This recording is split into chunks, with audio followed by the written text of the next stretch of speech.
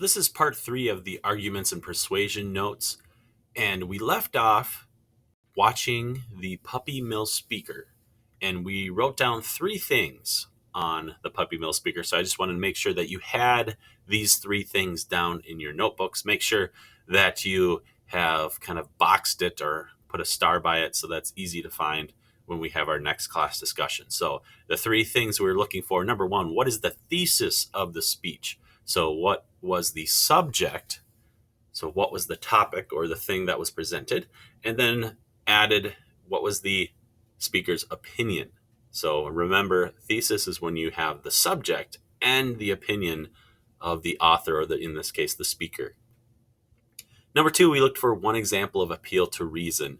So that's where basically the speaker is trying to appeal to our sense of logic and information understanding. Number 3, example of appeal to emotion. So how did the speaker kind of tug at our heartstrings and maybe appeal to our emotional side? And then also, we're going to take some time now to jot down some short answers to these questions. We will also be using these questions in our next discussion and kind of going over what we saw in the speech. So number 1, what made this speaker sound credible? We talked about credibility before, the appeal to ethos. So why would you believe this person? What did they do to make themselves believable? Number 2, what was the most effective part of his speech? So of all the things that we've kind of talked about, what do you think the speaker did the best? And number 3, how did the speaker use visual aids effectively? In your persuasive speeches that we'll be doing in the next couple weeks, you are going to be asked to use visual aids as well. So kind of look at how the speaker used those visual aids and what they did to make it a kind of an effective use.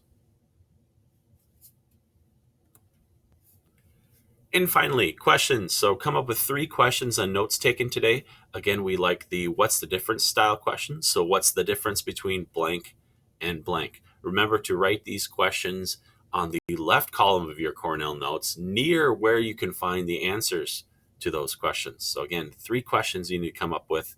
We like those. What's the difference? What's the difference between blank and blank? And finally, summary. So you're going to write a 3 to 4 sentence summary today.